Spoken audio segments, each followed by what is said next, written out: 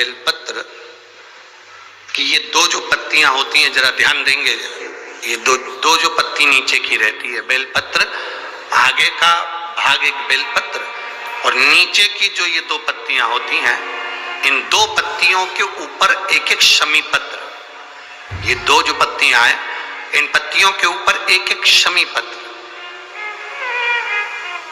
और लाल चंदन ये रखकर कितना भी रोगीला व्यक्ति हो, रोग से ग्रसित व्यक्ति हो, जिंदगी में कितना ही दुख पड़ रहा हो, बेलपत्र की ये दोनों पत्ती जिसके ऊपर शमी पत्र रखकर, लाल चंदन रखकर श्री हनुमान जी महाराज और हनुमान जी महाराज के तीसरे नंबर के भाई श्री गतिमान जी।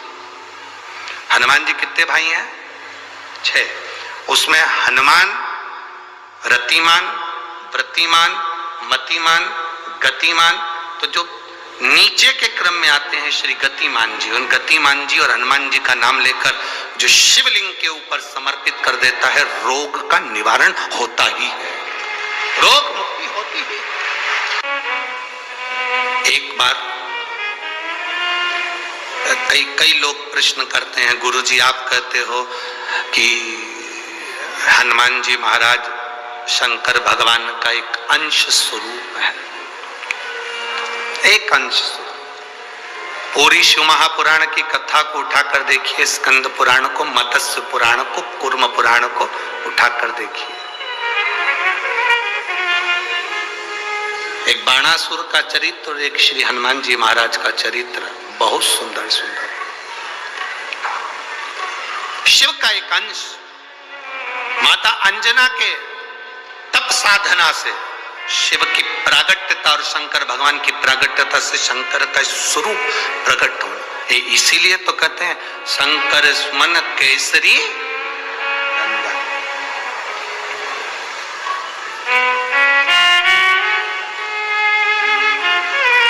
शिव का एक स्वरूप है हनुमान जी महाराज। हम तो हमेशा कहते हैं अगर आप हनुमान जी का भी दर्शन कर रहे हैं तो ये अंदाजा लगा कर रखें कि आप शंकर का दर्शन कर रहे हैं। आप शंकर का दर्शन कर रहे हैं तो ये अंदाजा लगा कर रखें कि आप हनुमान जी का दर्शन कर रहे हैं। सब एक, कोई भेद नहीं, सब एक, कोई भेद नहीं देवताओं में, कोई भेदता नहीं, सब में एक समान। भगवान कृष्ण ने गीता किसको सुनाई थी? जम के बोलो, युद्ध के मैदान में भगवान कृष्ण ने गीता किसको सुनाई थी? जम के बोलो, जरा आवाज आना चाहिए। किसको सुनाई थी? अर्जुन को। पक्का लाख कर दूं? पक्का है कि अर्जुन को गीता सुनाई थी। जिसने स्कंद पुराण का स्मरण करा हो, मत्स्य पुराण का स्मरण करा हो, उसमें संवाद मिलता है द्वारकाधीश के पास में जब अर्जुन पहुंचे, अर्जुन ने निवेदन करा कि आप मेरी ओर से युद्ध लड़ें। भगवान ने कभी जाओ, मैं बुलाऊंगा तब आना। अर्जुन आए, हनुमान जी को भी बुलाया। अर्जुन हनुमान जी दोनों आए, द्वारकानाथ संध्या करने बैठ गए, उठे नहीं। तब दोनों अर्जुन और हनुमान समुद्र के किनारे घूम रहे हैं, दोनों घूम रहे हैं। अब अर्जुन और हनुमान दोनों समुद्र के किनारे पर घूम रहे थे। घूमते घूमते अर्जुन के मुख से निकल गया, तुम कौन हो? हनुमान जी ने कहा, मैं राम का सेवक हनुमान, राम भक्त। अर्जुन ने कहा, वो राम जी जिन्होंने बंदरों से पत्थर फिगवाए थे, सेतु बनवाया था, तब पार उतरे थे, और मैंने सुना बड़े वीर योद्धा थे। वो चाहते अगर मेरे जगह पर मैं होता तो पत्थर फेंकने नहीं देता, एक बाण छोड़ता, यहां से लेकर समुद्र के उस पार पुल बना देता। अर्जुन ने कहा, मैं होता तो पुल बना देता, बाण छोड़कर यहां से लेकर वहां तक का एक पुल तैयार कर देता। हनुमान जी ने कहा, तू पुल बनाता, मेरे जैसा एक बंदर लात रखता तो टूट जाता। तू पुल बनाता, मेरे जैसा बंदर एक लात रखता, बानर टूट जाता। अर्जुन ने कहा टूट नहीं सकता, और तोड़ दिया तो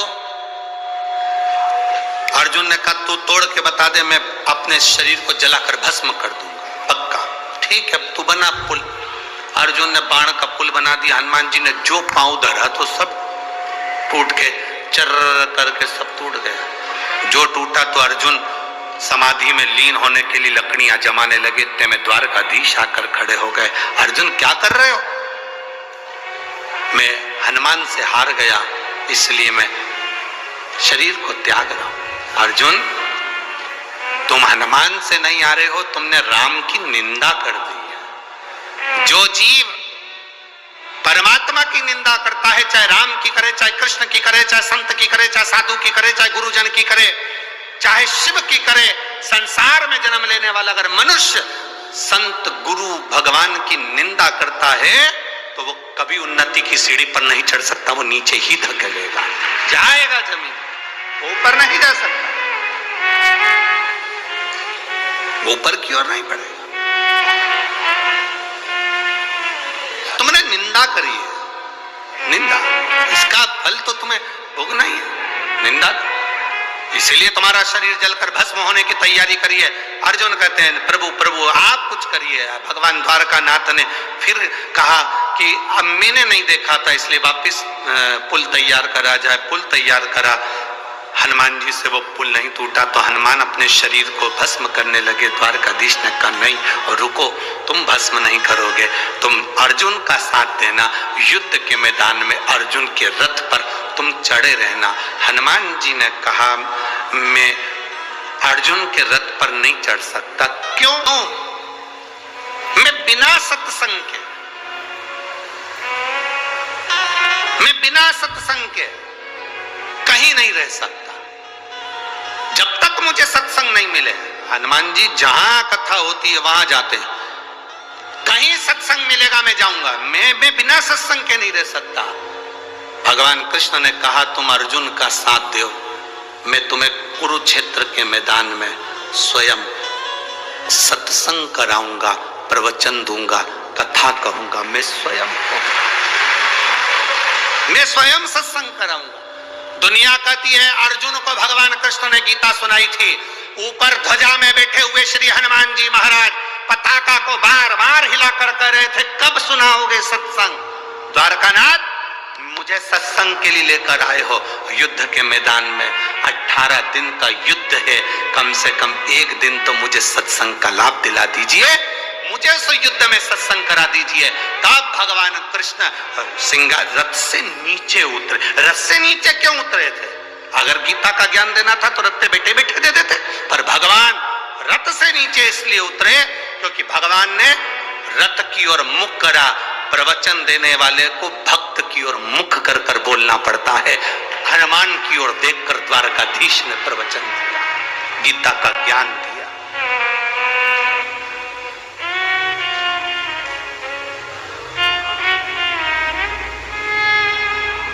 शंकर सुमन केसरी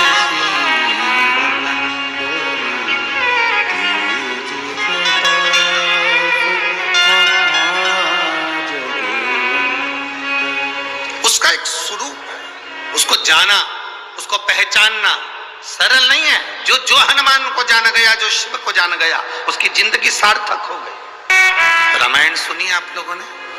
जम के बोलो जरा। रामायण पढ़ी आप लोगों ने? रामायण सीरियल देखा? रावण के यहां पर श्री हनुमान जी महाराज पहुंच गए।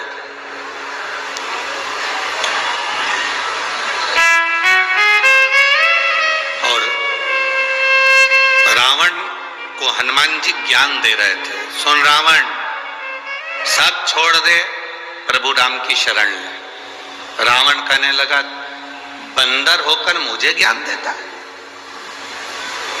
मुझे जानता नहीं है तू, तेरी मृत्यु तेरे पास में खड़ी है। रावण हनुमान जी से कह रहा है तेरी मृत्यु तेरे पास में खड़ी है। रावण वो बलवान था जिसने मृत्यु को भी कैद में रख रखा था, अपने बंधन में रख रखा था। वो कहे तो अभी मारे।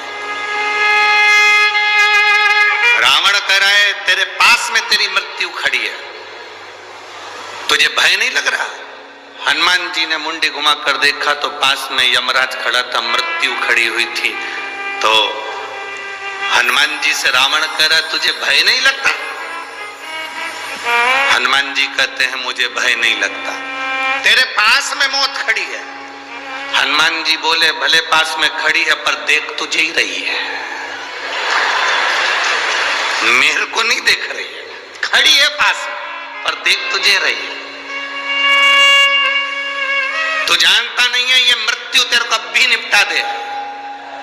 हनुमान जी ने कहा रावण फालतू की बात मत कर, मेरे पास में मृत्यु खड़ी है, मेरी पड़ोसन है और मेरे पास खड़े होकर मृत्यु कह रही है कब निपटाना है इसको। ये सामने जो सिंहासन पर बैठा है रावण, इसको निपटाना कब है? अभी निपटाऊं कि बाद में?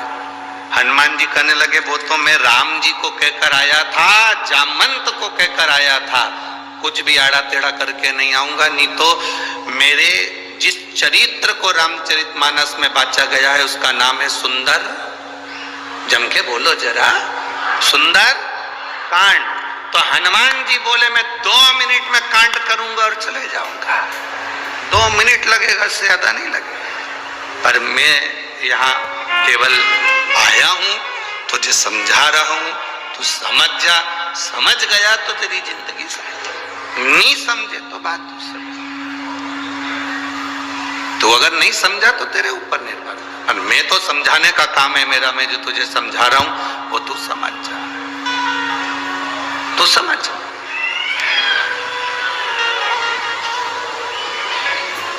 अब ये तो समझने वाला विषय है जो आप समझ जाओ।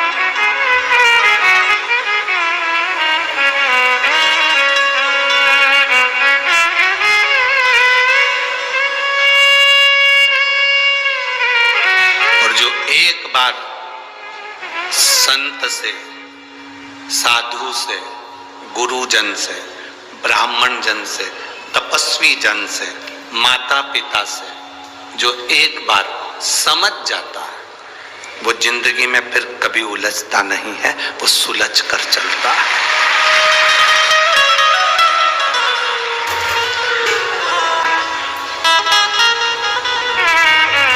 जिस व्यक्ति को अपने घर के बड़ों की बात बुरी लगने लगे, जिस बहू को सास ससुर की बात बुरी लगने लगे, जिस बेटे को माँ बाप की बात बुरी लगने लगे, दूसरों की बात अच्छी लगने लगे, पड़ोसन की बात अच्छी लगने लगे, रिश्तेदारों की बात अच्छी लगने लगे और घर का व्यक्ति कहे तो बुरी लगने लगे, तो समझ लेना उस व्यक्ति को दुनिया में कोई नहीं बचा सकता, उसका अंत निश्चित है, उसे बर्बाद होना है, उसे कोई नहीं बचा सकता, उसका बर्बाद होना निश्चित है। आपको अगर अपने घर के लोगों की बात बुरी लग रही है और दोस्तों की बात अच्छी लग रही है, रिश्तेदारों की बात अच्छी लग रही है, परिवार वालों की बात अच्छी लग रही है और अपने परिवार के लोगों की बात बुरी लग रही है, तो समझ लेना कि अब तुम्हारा समय बेकार आ गया। अपने गुरु की बात तुम्हें बुरी लगे और दूसरा गुरु कहे तो अच्छी लगे, तो समझ लो कि तुम्हारा समय बेकार आ गया।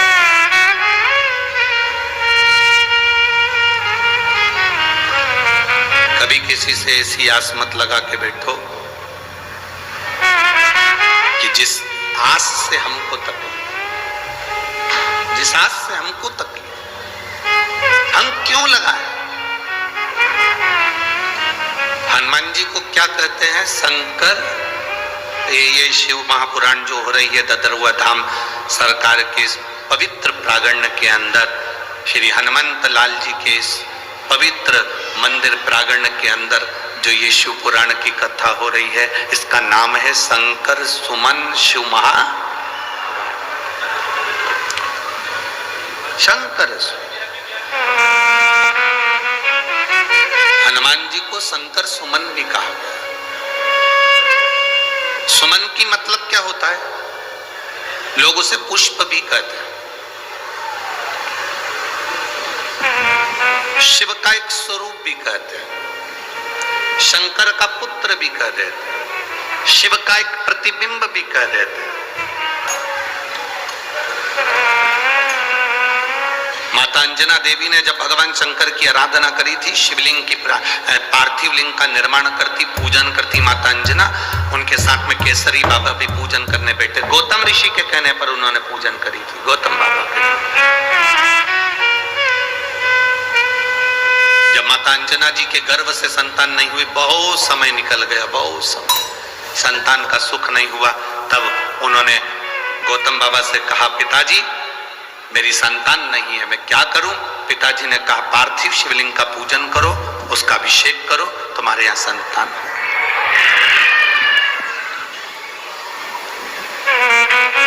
पार्थिव शिवलिंग की जो पूजन है, यह जीव को फल देती ही है।